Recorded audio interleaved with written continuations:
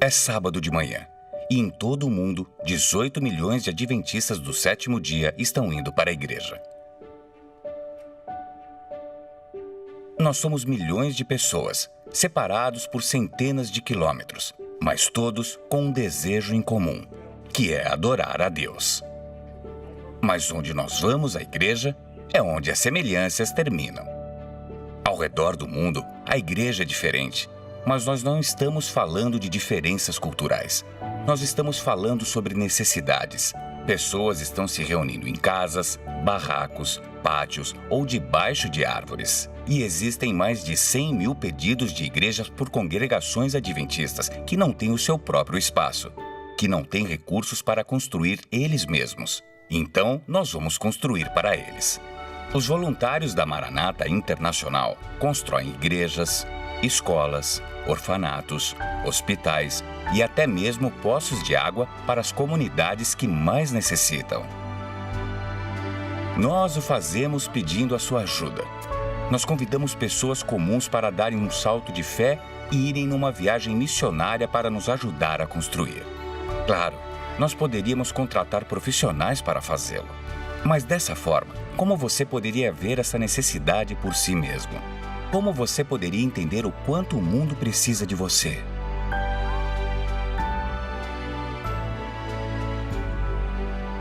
E o quanto nós precisamos do mundo para entender verdadeiramente o amor de Deus por cada um de nós?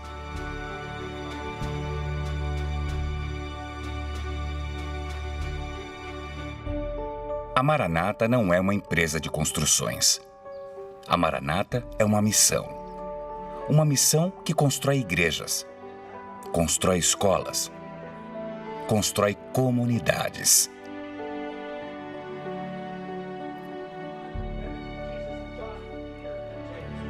E o mais importante, a Maranata é uma missão que te constrói, que te transforma, que te dá esperança.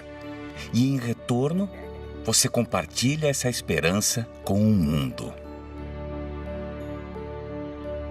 A Maranata é você. Se você está nos acompanhando pela internet, eu espero que você também seja inspirado a se envolver na missão. Se você tem alguma dúvida ou quer participar, pode passar pelo chat aí ou fazer seu comentário. E o pessoal que vai estar enviando as dúvidas, as perguntas, no final do programa a gente vai ter um momento para conversar. Se você quiser se envolver, você também vai ter a oportunidade.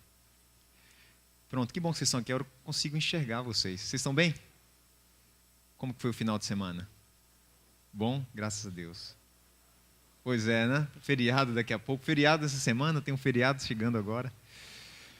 Pessoal, nós estamos participando de uma semana de missão. Vocês devem ter ouvido algumas outras pessoas falar sobre a Maranata, sobre os projetos, sobre missão. E eu queria esclarecer algumas coisas, explicar um pouquinho o que é a Maranata, contar algumas histórias para vocês também, para que vocês saiam um pouco mais inspirados a se envolver de maneiras variadas. Se for com a Maranata, vai ser uma alegria para a gente. Se for com qualquer outra organização ou de qualquer outra maneira, que seja para a glória de Deus. Bem, a Maranata, de maneira breve, como vocês assistiram no vídeo, é uma organização adventista que existe há aproximadamente 48 anos. E ela existe para auxiliar a igreja adventista com infraestrutura. Então, vamos supor que a igreja adventista precise de uma igreja no Nordeste do Brasil. Então, eles contam para a Maranata sobre essa necessidade, a Maranata escuta esse pedido e agora responde, sempre que é possível, buscando doações para construir essas igrejas. Escolas, hospitais, orfanatos, poços de água. E quando nós conseguimos um projeto, tem uma igreja em um local interessante para pessoas se envolverem. Aí a gente agora convida os voluntários para se unirem a nós, para que a gente possa, assim, construir a igreja em parceria, tanto os voluntários como a organização, os funcionários da Maranata. E assim a gente segue de local para local, auxiliando a igreja adventista com construção.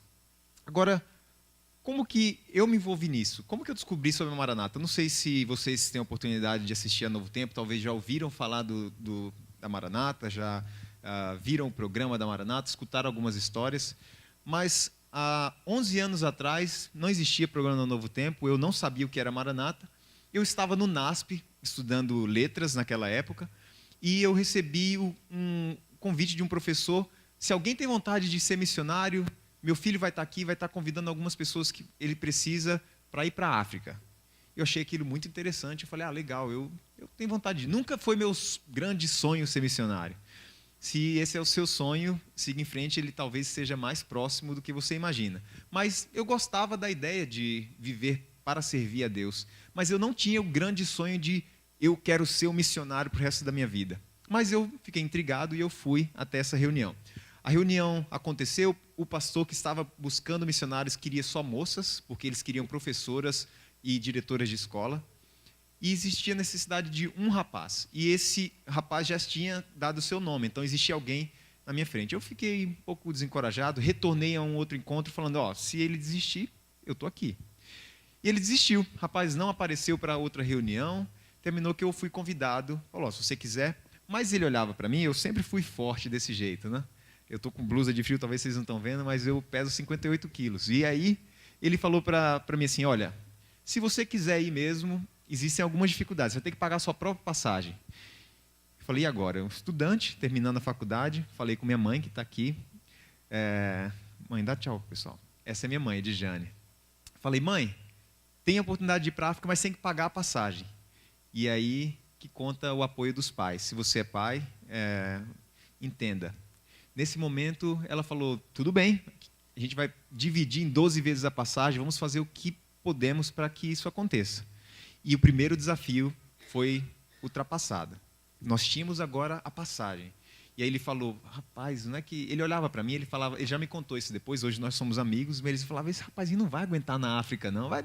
Depois de 2 semanas vai voltar chorando com saudade da mãe.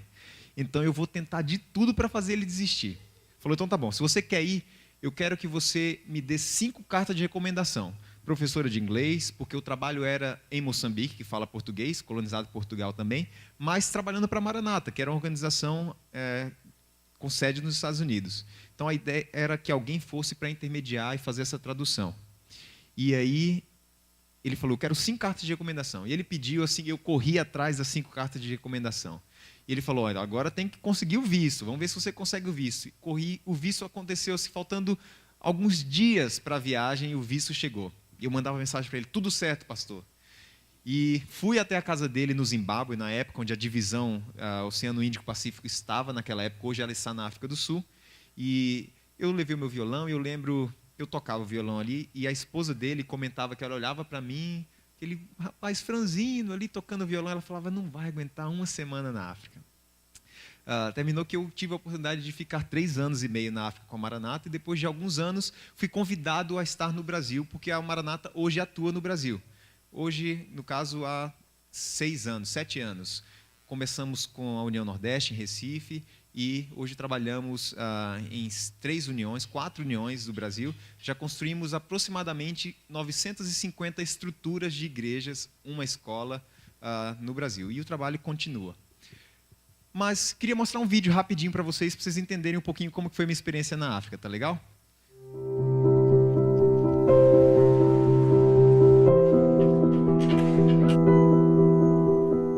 Bom dia, pessoal. Foi uma boa noite de descanso.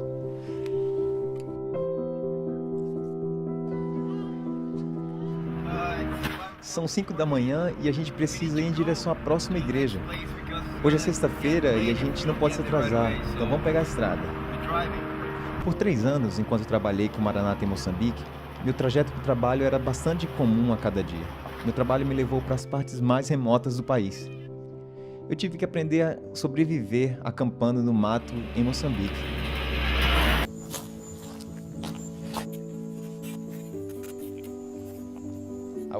Eu era um desbravador. Nós costumávamos acampar, mas não é o mesmo. Você precisa viver no mato, você precisa acampar com os moradores locais, você precisa carregar sua própria água. Se você quer um banho quente, você precisa fazer uma fogueira. Para encontrar frutas e legumes é difícil. Para conseguir água para beber é difícil também. Às vezes você tem chuva e se não, tem a neblina da manhã que molha a tenda. Mas é divertido. Preparar a própria comida é uma parte essencial da sobrevivência acampando. Uma parte na qual eu não estava totalmente preparado para enfrentar. Minha mãe me ensinou a cozinhar arroz e feijão, mas é tudo diferente quando você precisa fazer por você mesmo. E quando você descobre que você realmente não sabe fazer, às vezes muito sal, ou esqueço o sal, ou queimo arroz, mas é legal. Estão servidos? Eu liderava 4 equipes de construção de Maranata. Nós passávamos às vezes semanas acampando, viajando de local para local construindo igrejas. Muitas vezes, as igrejas que íamos substituir eram igrejas feitas de paus e capim. Outras congregações simplesmente adoravam sob a sombra de uma árvore. Outras religiões por aqui constroem igrejas ou pelo menos edifícios agradáveis, e o que faz com que a verdade que pregamos não pareça real quando olhamos para as nossas igrejas. Quando dizemos que temos um Deus real, mas passamos a ver aquele grupinho abaixo de uma árvore, ou talvez com telhado de capim e as paredes caindo, outros dizem: "Ah, é desse Deus que eles estão falando? Esse não é o grande Deus que eles têm." Então, nós estamos tentando mostrar o nome do Deus que temos, tentando vir e construir igrejas nas quais possamos nos orgulhar de entrar para adorar o Deus Todo-Poderoso. Nossas equipes construíam 4 novas igrejas a cada dia. Enquanto construíamos, tínhamos a oportunidade de conhecer e interagir com a comunidade. Foi incrível ver a reação dos membros e dos vizinhos ao verem quão rapidamente as igrejas estavam sendo construídas. Agora eles têm uma estrutura forte, um telhado de metal, sem mais problemas com chuva ou com sol. Agora eles podem terminar as paredes e piso. A vida da equipe de Maranata é fisicamente desgastante em Moçambique. Temos muitos trabalhadores doentes e a chuva chegou. Então, ficou um pouco tarde e nós tivemos que parar. É assim mesmo, enfrentando pequenos desafios. As estradas são um desafio. Existem lugares onde você tem estradas de terra ou muitas pedras e tem os tocos. Às vezes você precisa dirigir por horas no cascalho, como ontem. Foram 100 quilômetros de cascalho, o carro fica tremendo tanto que os braços ficam dormentes. A gente ora para que a estrada termine. Assim são as estradas em Moçambique. É difícil encontrar os lugares e as estradas não estão em boas condições. É um grande desafio. Para mim, estar distante de amigos e família foi particularmente difícil. Você está em um país diferente, com cultura diferente. Se você tiver as pessoas que você ama por perto, é fácil superar isso. Mas quando você está sozinho, em uma estrada, apenas dirigindo todos os dias, é que você começa a pensar na vida, e é esse momento em que você se lembra das coisas e das pessoas. Você escuta uma música e ela traz recordações de coisas que estão distantes, e esses são os momentos em que temos saudade. Apesar dos desafios, usar a minha vida para ajudar outros foi muito gratificante, não importa onde me levasse. Estar na linha de frente do trabalho missionário adventista é uma experiência incrível. Ao mesmo tempo, você tem a responsabilidade e o sentimento de estar escrevendo parte da história nesse lugar. É como se você estivesse mudando a história desse lugar. Entender o peso dessa ação sobre o país e o impacto desse trabalho missionário na salvação de muitos traz alegria ao coração. É maravilhoso estar ajudando e usando a minha vida para uma boa causa. Pronto, talvez deu para você entender um pouquinho da perspectiva do que a gente experimentou lá. Mas a ideia desse vídeo não é mostrar, que legal que o Elmer fazia isso, mas é que você entenda um pouquinho os desafios para que você agora me acompanhe na nossa jornada, nas próximas histórias. O fato de eu ter experimentado isso transformou a minha perspectiva do que é viver em missão. Quando a gente olha para as imagens, a gente imagina que foram selecionados os piores locais para serem mostrados, para que as pessoas se sintam talvez impressionadas. Só que, na verdade, 95% dos locais em Moçambique eram assim. As pessoas não têm igreja. E quando a gente fala não tem igreja, não é não existe igreja nas regiões carentes. Não existe igreja em lugar nenhum. Vou tentar explicar um pouquinho para você. Imagine que você está em Recife até São Paulo, 2.500 quilômetros, certo? E você tem um país que ele é um pouco estreito. Moçambique ele fica na costa leste da África, lá pertinho de Madagascar. Se você tem uma noção do mapa lá, então a África do Sul está aqui embaixo. E aí, para vocês aqui do lado de cá estaria Moçambique, um país estreito. Na parte de baixo ele tem 100 quilômetros de largura. E ele dá uma aumentada em alguns momentos, mas ele é estreito. Só que ele tem 2.500 quilômetros de comprimento. Então, 2.500 quilômetros é bastante terreno. Imagina daqui até Recife, mais ou menos, você ter uma ideia, certo? Quando nós chegamos no país, em 2007, nós fomos até a União para entender as necessidades do país. A gente perguntou, o que vocês precisam aqui? Nós precisamos de estrutura, nós não temos infraestrutura, porque a Maranata trabalha com isso, certo? Então, eles estavam nos contando qual era a necessidade deles. Tudo bem, mas o que vocês têm de estrutura no país? Vocês têm alguma escola no país? Olha, nós temos um seminário na cidade da Beira, ficava bem no meio do país. Ah, legal. Como que é esse seminário? Ele tem um dormitório e tem algumas salas de aula. Tá legal. Mais alguma escola? Não. Então imagina, daqui até Recife não existia uma outra escola no país inteiro. Não tem escola adventista, não tem escola para educação para os filhos. Ótimo. E as igrejas? Como é que são as igrejas? Nós temos aproximadamente... A cidade de Maputo, a capital, tem 6 milhões de pessoas, para você entender um pouquinho. 6 milhões de pessoas. Quantas igrejas vocês têm? Tá, o que você quer dizer com igreja? Porque nós temos mais ou menos umas 2.000, 3.000 igrejas no país. Ah, legal. Então, quantas dessas estão acabadas, com parede e tudo mais? Aí eles começaram a contar, isso a gente acha estranho, né? Porque você faz isso daqui, o número já não deve ser tão bom. E eles começaram e a gente falava assim, não, nós temos, eu acho que umas 25. Não é possível. No país inteiro, 25. E naquela outra associação lá, talvez, e o número foi aumentando até que a gente chegou a umas 30. Nós visitamos os locais, o meu trabalho inicial era visitar os locais. Então, eu ia do terreno A para o terreno B, visitei o país inteiro para descobrir em qual local valeria a pena a gente construir igrejas. E nós aumentamos esse número de igrejas para 40, porque nós visitamos algumas que não estavam na listinha deles. Então, imagine, 40 igrejas em um país de 2.500 quilômetros. 40 igrejas com estrutura. Todas as outras eram de telhado de capim e madeira. Nós somos muito abençoados. Se você nunca parou para pensar nisso, eu vou repetir, você é muito abençoado. Você chega na sua casa, você liga a sua televisão, você tem TV Novo Tempo, que tem conteúdo de qualidade o dia inteiro para você lá. Repete alguns programas? Repete. Porque televisão não é barato, é caro. Nós temos um programa no Novo Tempo e a gente pode dizer isso com conhecimento de causa. Não é barato fazer televisão.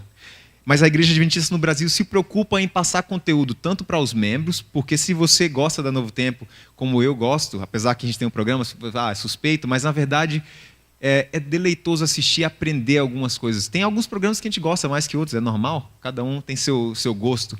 Mas é muito bom você ter conteúdo dessa maneira. Você vai no sábado para a sua igreja, você pode escolher quantas igrejas será que tem em Piracicaba? Alguém chutaria? 22 igrejas, ou seja, você tem metade do que o país inteiro tem lá em uma cidade do Brasil. Nós somos muito, muito abençoados. Isso é falando de igreja, de estrutura. Fora, você tem direito a entrar na sua casa e ligar a sua torneira e ver o líquido descer ali, água. Você tem a possibilidade de tomar banho em um chuveiro, onde algumas pessoas não sabem nem o que é um chuveiro. Nós somos muito abençoados. Eu podia ficar a noite inteira falando de quanto você é abençoado. E, às vezes, as pessoas nos perguntam assim, mas por que vocês estão falando de missão lá longe, na África, na Ásia e tudo mais? E eu sempre repito que a missão lá ela não é mais importante que a missão aqui. Porém, o seu pastor... a igreja, a televisão Novo Tempo, elas vão dar milhões de maneiras para você desenvolver a missão, o discipulado aqui. Só que quantas vezes você vai ter alguém que vai falar um pouquinho, vai advogar pelas pessoas que estão lá? Então, meu papel aqui não é falar que lá é mais importante que aqui, mas meu papel já que eu conheço um pouquinho lá, eu vou advogar por eles. Mas vocês sabem que a missão aqui também é tão importante quanto aquela lá. Então, sigam firmes na missão de vocês aqui, mas agora eu vou advogar um pouquinho pela missão do lado de lá. E uma das coisas que eu gosto de dizer é porque aqui as pessoas têm vizinhos, vocês são vizinhos de alguém aqui, na sua casa, na sua igreja. Lá não existe um vizinho. Eles falam, você tem que pregar para o seu vizinho. Ele não tem vizinho lá que vai pregar para ele. Então, se ele não tem vizinho e ele não tem o direito de ouvir, é isso? Nós somos tão abençoados, será que talvez... de todos nós aqui, 3 ou 4 não poderiam agora se dedicar ao local que não tem vizinho, então é por isso que a gente advoga por eles. Tá legal? Então eu não estou tentando dizer para você que a gente tem que ir para a África ou para a Índia para fazer missão.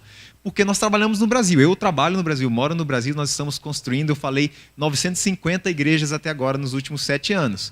Então se você quiser trabalhar no Brasil com a gente, você pode também. Mas o que eu vou fazer agora é advogar um pouquinho por eles lá do outro lado. E eu digo isso porque a minha perspectiva mudou, como eu comentei com vocês. O fato de ter ido e vivenciado essas coisas me mostrou que eles não têm o vizinho, me mostrou que eles são muito mais carentes do que a gente. em muita situação, e também me mostrou que eu sou muito abençoado para ficar de braços cruzados aqui na minha casa sem fazer nada. Que seja uma oração. Quantas vezes você se preocupou em dobrar os seus joelhos e falar assim, o pessoal no Iêmen está sofrendo tanto com a guerra lá, talvez você nem sabe que o Iêmen está em guerra, mas eles estão passando fome, não tem onde se abrigar, é a noite inteira escutando bomba, tudo isso que você consegue imaginar. E você pode falar, eu não tenho condição financeira, eu não tenho tempo, eu tenho pessoas que dependem de mim, eu não consigo deixá-los. Mas e a oração? É impossível fazer isso? E quando você coloca sua oferta na salva da igreja, você coloca intencionalmente sabendo que essa oferta vai fazer diferença aqui em algum local do outro lado? Ou é simplesmente, eu aprendi que tem que dar, pega a nota a menor na carteira e coloca para dizer que deu oferta? A gente precisava viver um pouquinho mais intencionalmente. Existem pessoas que dependem dessa sua ofertinha aqui. Se você, vamos supor que a igreja falasse, não vamos dar oferta mais. Missões e uniões em outras regiões do mundo fechariam, porque elas dependem do dinheiro daqui, porque lá eles não têm dinheiro. Eu vou te mostrar algumas fotos agora de um país chamado São Tomé e Príncipe. Alguém tem alguma ideia de onde fica São Tomé e Príncipe? Onde fica, irmão? Vai lá, mais ou menos, vamos ver. Boa. Uma ilha, Tem alguma ideia de onde, mais ou menos, no mapa? Não tem problema, pronto. É melhor assim, porque se você soubesse, eu poxa vida, alguém acertou o local. A linha do Equador, imagine a linha do Equador ali, quando ela está quase chegando na África, a África do nosso lado aqui do Brasil, ela não tem faz uma barriguinha assim, quando ela faz aquela voltinha para baixo ali, São Tomé e Príncipe está logo ali. São duas ilhas, São Tomé e Príncipe. Por isso que tem o nome desse país. E ele é um país assim, agradável, onde as pessoas, interessantemente, elas, não sei se isso é uma palavra, elas não têm muita necessidade com alimentação, porque é uma ilha tropical. Vocês conseguem ver como ela é verde e bonita, né? Existe muita fruta-pão, não sei se você sabe o que é fruta-pão. Eles cozinham e preparam, então eles conseguem se alimentar. Existe muita banana no país também, e é uma ilha. Então, a ilha é pequenininha, você consegue atravessar a ilha de um lado a outro em 2 horas. Então, tem como pescar, você pode se alimentar, a ilha é boa para plantação, então as pessoas não têm muita necessidade de alimentação. Isso não quer dizer que não é um país pobre. Só para você entender, o PIB do país, ele é um dos mais baixos do mundo. E os recursos que as pessoas pagam de imposto, normalmente eles servem para manter o país. Então, você paga seu imposto para você ter alguém que limpa a sua rua, para ter poste de eletricidade e tudo mais. No país de São Tomé e Príncipe, somente 4% do imposto que faz o país ser mantido vem das pessoas que moram lá. Os outros 96% vêm de outros países que doam para manter o país funcionando. Então, imagine, eles não têm dinheiro. Se hoje os outros países falassem a gente vai parar de ajudar, o país quebrava. Não ia ter segurança, não ia ter, os políticos não iam receber, ia virar um caos, voltar para a Idade Média. O país ele é simplesmente muito, muito carente. Então, o fato dele não ter necessidade de alimentação não quer dizer que é um país bom de se morar. Você pode ter comida, mas imagine um local onde você não tem condição de dar trabalho para o seu filho, você simplesmente vive na Idade Média. Isso é a Escola Adventista de São Tomé e Príncipe, foi construída por uma outra organização há mais ou menos 10 anos atrás. Nós vamos para lá agora em janeiro para construir mais algumas salas de aula. E ela é mantida por missionários brasileiros hoje. 2 moças, e uma delas é casada com um pastor que se mudou para lá para ser missionário.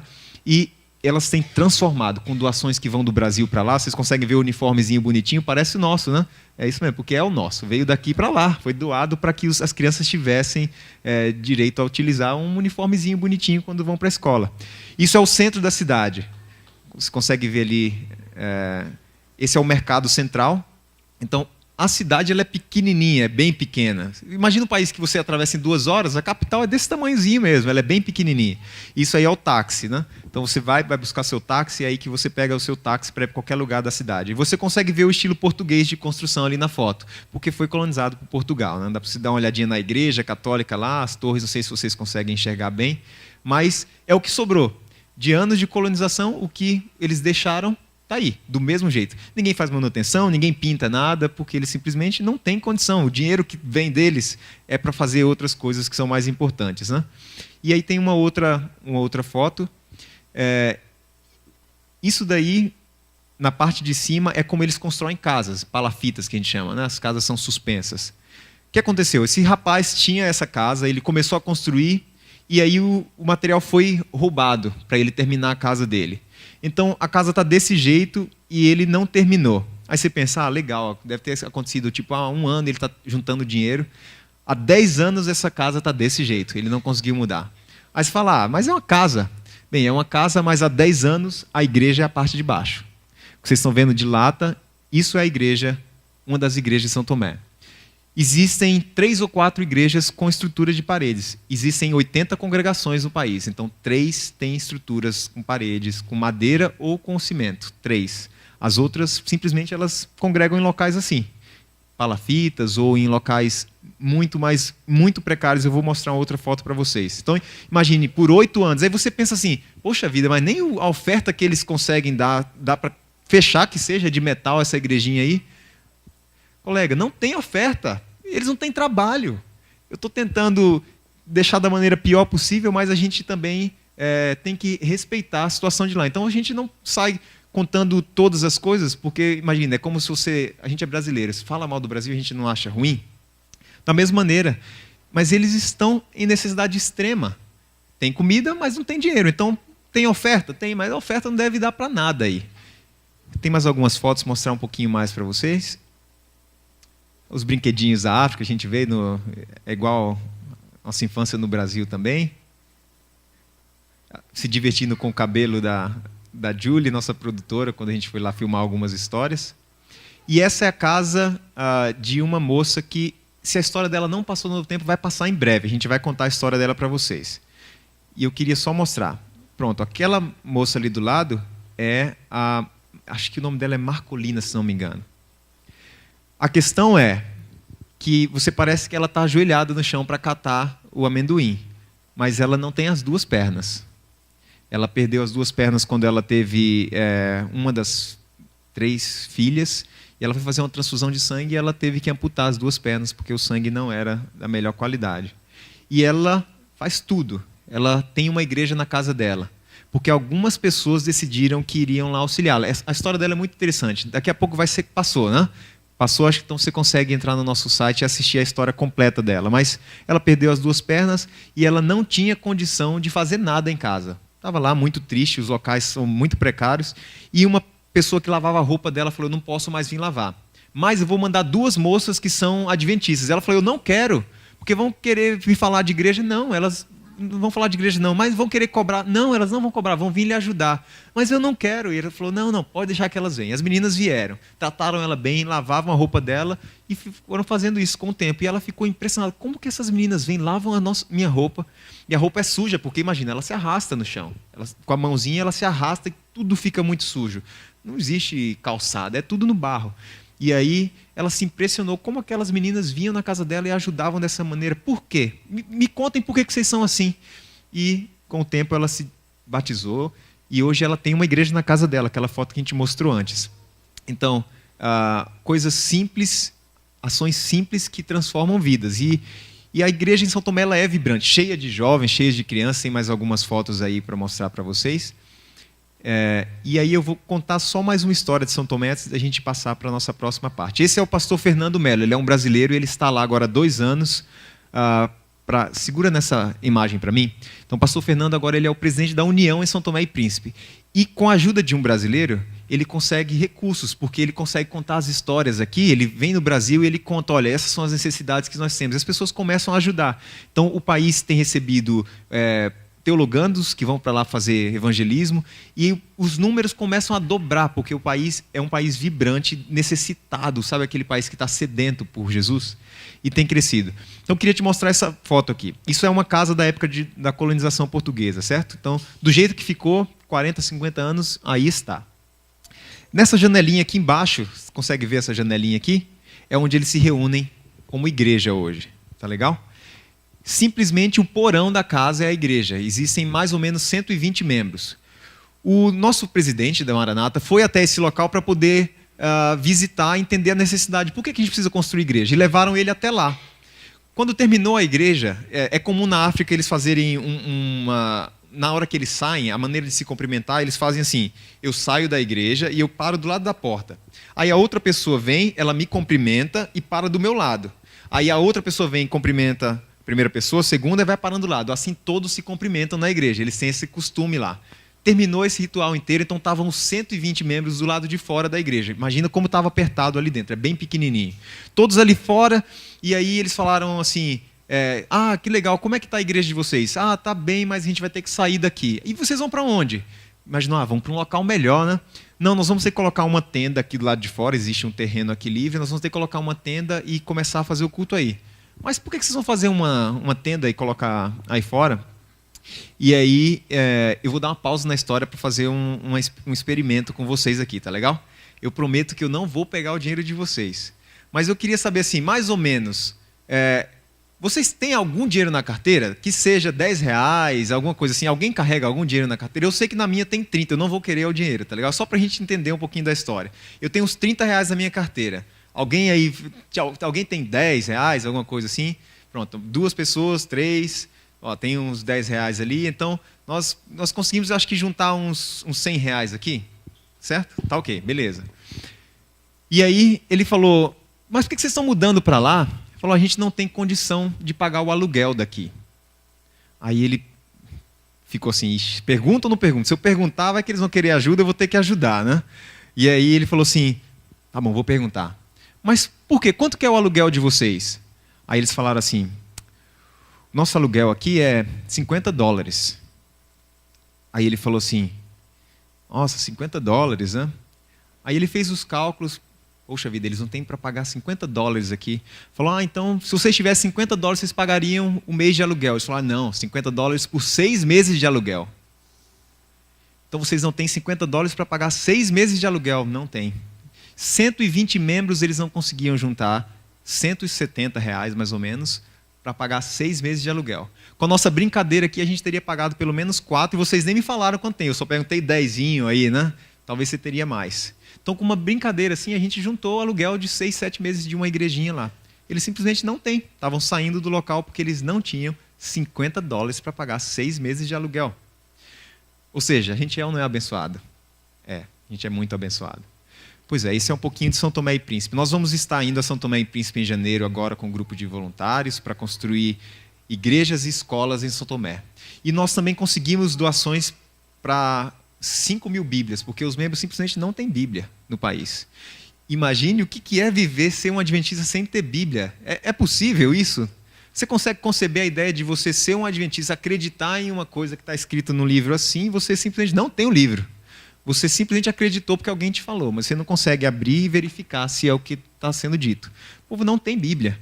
Então, conseguimos, pela graça de Deus, ajuda para levarmos 5.000 Bíblias para São Tomé. E, antes da gente passar para o nosso encerramento, eu queria só, se você trouxe sua Bíblia, queria que você abrisse sua Bíblia comigo no livro de Daniel. Enquanto você procura, eu vou te contar o porquê que eu quero que você abra em Daniel.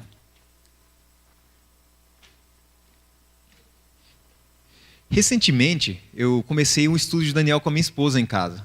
Se você já teve a oportunidade de estudar Daniel, pegar um material bom e capítulo a capítulo, você já se encantou com o livro de Daniel. Se você não fez isso, como adventista, faça. Vale a pena, porque eu demorei 30 anos para fazer por conta. A gente vem na igreja, o pastor prega, é muito legal dessa maneira. Outra coisa é você se debruçar sobre a Bíblia e tentar entender o que está acontecendo ali, porque são números, é matemática, um monte de coisa que tem que acontecer para você entender aquilo lá.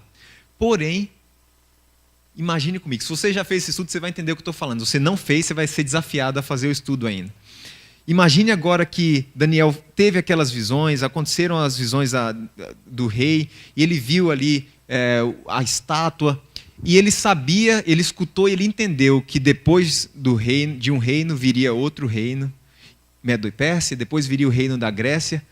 E como é fantástico, eu consigo imaginar um pouquinho do que é Daniel ter tido a visão, entendido a profecia e ele ter vivido a transição. Ele viu o reino de Nabucodonosor terminar, a Babilônia terminar, e o reino Medo-Pérsia começar. Ele passou a ser agora um dos mais importantes empregados do rei Dário ali. Então imagine você, ele conseguiu ver algo que estava em profecia acontecer. Ele viveu aquela transição. Imagine como foi fantástico para ele. Ele falou, não é que aconteceu mesmo. É lógico que ele era um ser humano. Eu imagino que em um momento ele deve ter falado, aconteceu. E ele sabia que o próximo reino seria a Grécia e tudo mais. Então, fantástico isso daí. Existem muitas outras coisas fantásticas no livro de Daniel, mas eu queria que você abrisse no finalzinho, no capítulo 12, no versículo 9. A gente vai ler o 9 e o 13 só para... Eu não vou falar de profecia aqui, eu só queria que você entendesse o que eu estou tentando dizer. Se você encontrou, na minha Bíblia diz assim: ele respondeu: siga o seu caminho, Daniel, pois as palavras estão seladas e lacradas até o tempo do fim. Quando que essas palavras foram abertas? Quando que elas foram entendidas? Pelo menos algumas dessas profecias nós temos certeza que elas se cumpriram algum tempo atrás. Nós ainda não vimos Jesus voltar. Mas a maioria delas já se cumpriu.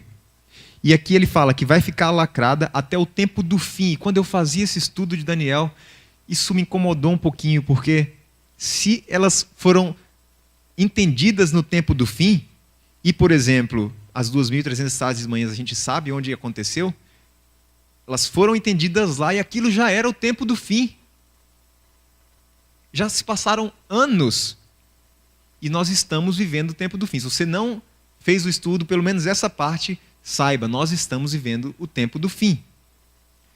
Se nós estamos vivendo o tempo do fim, como que a gente pode ser tão acomodado? Isso me incomodou um pouquinho, porque eu sei, eu vivo esse trabalho em missão, mas não se engane, eu sou um ser humano e tantas vezes passa a ser só o meu trabalho. Ele deixa de ser a minha missão e passa a ser o meu trabalho, onde eu vou para falar em algum local, e aí eu falo porque é o meu trabalho fazer um pouquinho disso. Eu trabalho para a organização, mas muitas vezes passa a ser só o meu trabalho. E às vezes a gente precisa dar aquela acordada de novo. E nós estamos vivendo no tempo do fim. E se é o tempo do fim, significa que está acabando. E se está acabando, quantas pessoas ao redor do mundo ainda precisam ouvir? Porque se a gente vai fazer uma pregação de missão, quantas vezes você não ouviu a grande comissão? Aquele texto que está em Atos 1, versículo 6. Se você não sabe, a gente vai lá ler. Essa é a grande comissão. E então estavam ali reunidos e perguntaram: Senhor, é neste tempo que tu vais restaurar o reino de Israel? E essa pergunta eu acho interessante dos discípulos aqui. Eles perguntavam: Senhor, quando? Igual eu e você queremos saber. Quando? Quando que vai ser? Quando que vai terminar essa angústia de um dia de alegria e um dia de tristeza? É uma notícia boa e alguém que fica doente. É uma tragédia e aí a gente esquece a tragédia, a gente passa um dia de felicidade, daqui a pouco é outra tragédia. A gente vive assim. Não tem uma semana de plena alegria na nossa vida. Pelo menos na minha não tem. É um colega que ficou doente, é um amigo que teve um filho e o filho não resistiu, ou um recém-nascido que está doente. Nós estamos vivendo uma situação com amigos assim. E você não tem um dia de plena alegria. Nós tivemos filho agora há 20 dias atrás, há 17 dias atrás, e estava indo tudo bem até o 8º mês de gestação. A Maia agora está bem, ela está em casa, só para vocês saberem. Mas entrando no 9º mês de gestação, nós descobrimos que ela não estava crescendo como ela deveria.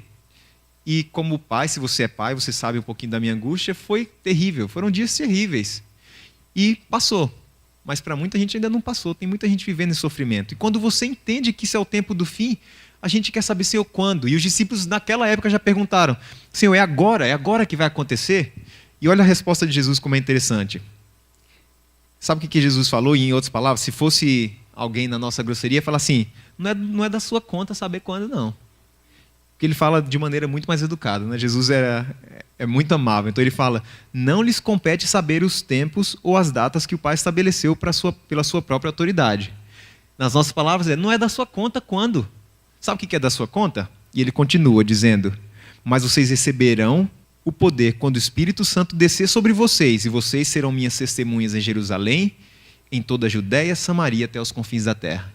Eles queriam saber quando. Jesus falou: não é da sua conta. Sabe o que você tem que fazer? Você vai receber o poder e vocês vão pregar. O que vocês precisam fazer é simplesmente sair e pregar em Jerusalém, na Judéia, Samaria, até os confins da terra. Em outras palavras, foi isso que Jesus estava querendo dizer. Nós não precisamos nos preocupar no quando. Ele está cuidando disso. Apesar de muitas vezes a gente se desesperar e falar: Senhor, por favor, volta agora, eu não aguento mais esse sofrimento. Mas ele falou: sabe qual que é o dever de vocês? Não é se preocupar com a data. É se preocupar em fazer o trabalho de vocês. Vão e preguem para o máximo de pessoas que vocês conseguirem. É isso que é o dever de vocês. E por isso que eu li Daniel, porque quando a gente entende que isso é o tempo do fim, está acabando. A gente não tem muito mais tempo. Você vive em um país que é livre, onde você pode abrir a sua Bíblia e você pode dar estudo bíblico, você pode falar que você é cristão. Existem outros centenas e milhares de pessoas ao redor do mundo que elas não podem nem dizer que elas são de outra religião que não seja aquela que é permitida no país. Se você ler aquele materialzinho de sábado do pôr do sol, ontem você viu uma história dessa.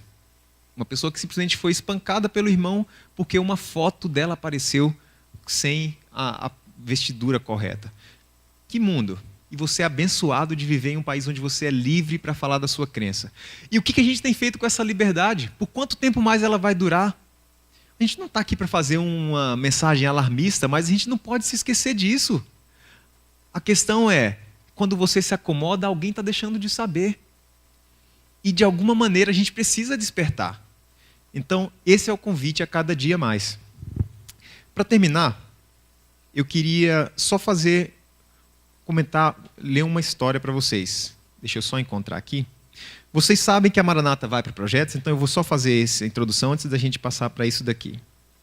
A Maranata tem projetos ao redor do mundo inteiro. Vocês escutaram, talvez, se estiveram aqui nas outras semanas, convites para irem conosco para a Bolívia. Nós vamos para a Índia agora, o grupo está quase completo. Nós vamos para o Uruguai também. Acho que o Marcos vem semana que vem falar um pouquinho disso. Ele vai levar um grupo para o Uruguai. O grupo do Uruguai já está fechado. Mas nós temos vários projetos. Se você tem interesse em se envolver, nós temos essa possibilidade. Nos procure para você fazer alguma coisa. E se você começa a ver as dificuldades, porque eu não tenho condição, ou porque é muito difícil, eu não tenho tempo, não deixe isso ser sua barreira. O seu Deus tem toda a condição do mundo. Se você está preocupado com dinheiro, um pouquinho mais de fé. Ele é o dono do mundo inteiro. E também um pouquinho de força de vontade, porque você tem que fazer a sua parte também. Não é simplesmente cruzar o braço e falar assim, manda aquele dinheirinho para eu ir viajar lá e ser missionário. Também não é assim. Mas não quer dizer que é impossível. Para ele, nada é impossível. A gente que às vezes coloca o empecilho. O chamado é constante, o chamado está aqui. O chamado é, se envolva. Se é aqui, se é no Brasil, se é na Bolívia, se é ao redor do mundo, em qualquer lugar. Se for com outra organização, que seja, mas que você não fique com braços cruzados. Tem muita gente precisando saber. E, para terminar, eu vou mostrar um vídeo que se passa na sua maior parte, no Quênia. A Maranata entrou agora em um desafio novo, que é furar poços de água. Um poço de água parece algo tão simples, mas para muita pessoa não é. Minha mãe está aqui, eu comentei dela. Ela hoje trabalha, ela também é missionária. Se mudaram para a Paraíba, onde nós somos paraibanos. Meus avós moram numa cidade chamada Campina Grande. Se você assiste Jornal Nacional na época de São João, você já ouviu falar de Campina Grande. Fica disputando com Caruaru para saber quem tem o maior São João do mundo. É lá mesmo, aquela cidade. Do lado da cidade, eles escolheram um local onde não tinha adventistas há 5 anos atrás? 6 anos atrás. Conversaram com a missão e falaram onde não tem adventista na sua região. Eles passaram uma lista de cidades. Vou resumir a história. Então, eles escolheram uma cidade, começaram um trabalho lá. Em parceria com a União, a Maranata construiu a estrutura, eles conseguiram os recursos, terminaram a igreja. Hoje, essa primeira cidade já tem 20 membros. 20 membros, onde não existia um adventista, uma cidade pequenininha, 20 membros. O que eles fizeram? Mudar para a próxima cidade. E eu tenho um pouquinho de orgulho de falar isso, porque é um trabalho muito bonito que eles fazem. Poderiam estar aposentados, os dois poderiam estar agora aproveitando a aposentadoria. Eles decidiram viver em uma região chamada Cariri, do Nordeste, onde não tem água. Igual nas regiões da África, não tem água lá também. Ela veio para minha casa para me ajudar com a minha filha, que nasceu alguns dias atrás, e eu achei engraçado que ela comentava, nós enchemos a banheira para dar banho na nossa filha, na hora de jogar água ela ficava, será que eu não consigo guardar essa água aqui para levar quase na mala? Porque não existe água lá, não existe água. Eles não tomam banho de chuveiro porque o chuveiro gasta muita água, eles tomam banho na cuia e a água que juntou daquele lá serve para limpar alguma outra coisa, limpar a calçada, para fazer alguma coisa. É a vida e foi a opção deles, e eu tenho muito orgulho do que eles fazem lá. É lógico, são simplesmente seres humanos que se colocaram à disposição de Deus para fazer um trabalho. Mas existe trabalho para você em qualquer lugar. Se a sua desculpa é para que ir para a África, então vamos trabalhar aqui. Vamos fazer alguma coisa por aqui. E eu queria falar um pouquinho de água, para vocês entenderem. A Maranata vai começar a furar poços de água e eu vou mostrar para você o porquê. Você pode soltar o vídeo de água para mim, Paulo, por gentileza?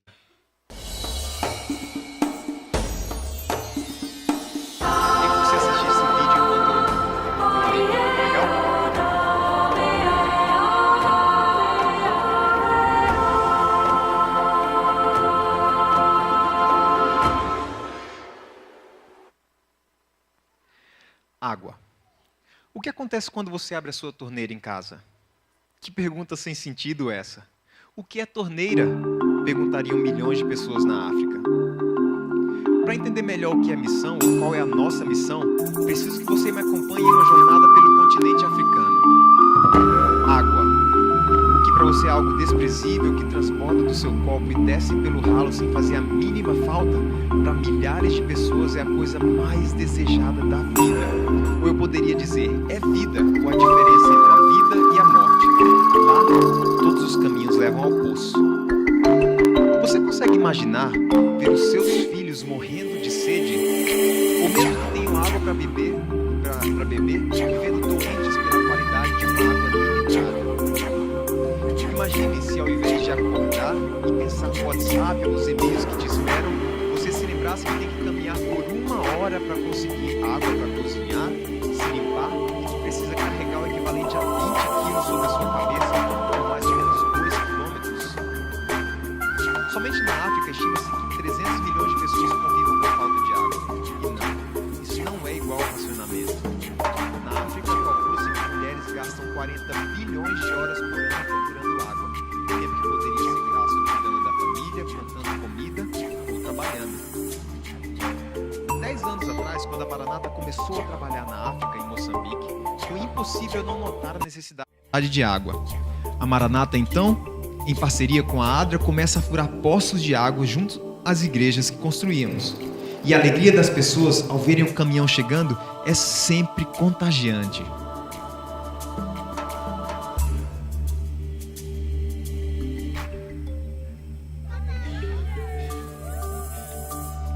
Como nessa história. Em todo lugar é possível encontrar histórias de pessoas como a Elizabeth e a Rhoda. Mulheres que vivem na vida de Enxelibe e caminham 1 hora até o poço mais próximo.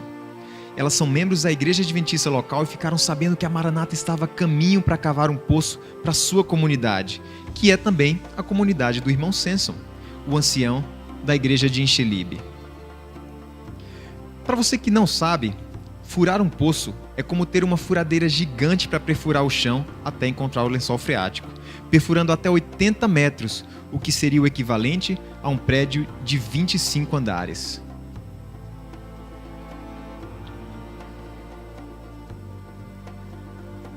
A questão é que nem sempre é possível encontrar água, mesmo com os estudos que são feitos pelos geólogos. Mas a esperança está chegando em Enxelibe. Os trabalhos, eles são iniciados após uma oração, pedindo que Deus esteja presente durante aquele trabalho para que a água seja encontrada. Deus, por favor, providencie a água. Esse que você vai ver logo após é o Gerald. Ele coordena o trabalho e o relatório dele diz que a água deve estar, note, entre 50 e 60 metros no máximo.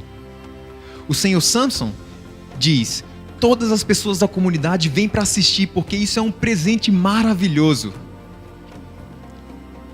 Porém, chegando aos 40 metros, o equipamento encontra rochas e um pó branco desencoraja a equipe e assusta os moradores, porque isso pode significar que o sonho que parecia realidade pode se tornar em lágrimas. Passam 50 metros e nada de água. Seguimos trabalhando até os 60 metros e nada de água. Nesse ponto você tem uma decisão a tomar. Continua gastando dinheiro e dando esperança às pessoas ou aceita que não vai ter água e desiste? Uma outra oração é feita, uma conversa com as pessoas para explicar que o limite da máquina é 80 metros e após isso nada pode ser feito. Os trabalhos são reiniciados. Chegamos até 70 metros e nada. Nos questionamos mais uma vez, será que Deus vai responder às orações? Mas para as pessoas da vila que estão observando, isso vai além de água. Que tipo de Deus vocês têm? Ele consegue dar água para a gente? O Gerald decidiu até o limite da máquina. 80 metros, perfurou até 75 e nada. 76 metros. 78 metros e meio e água. Vida, um milagre. Testemunho de um Deus que se importa. Ele é um Deus que se importa com a África e se importa com você e comigo. Ele vê o sofrimento na terra e por mais que às vezes pareça ignorar a dor, Ele é um Deus que sabe. Ele sabe.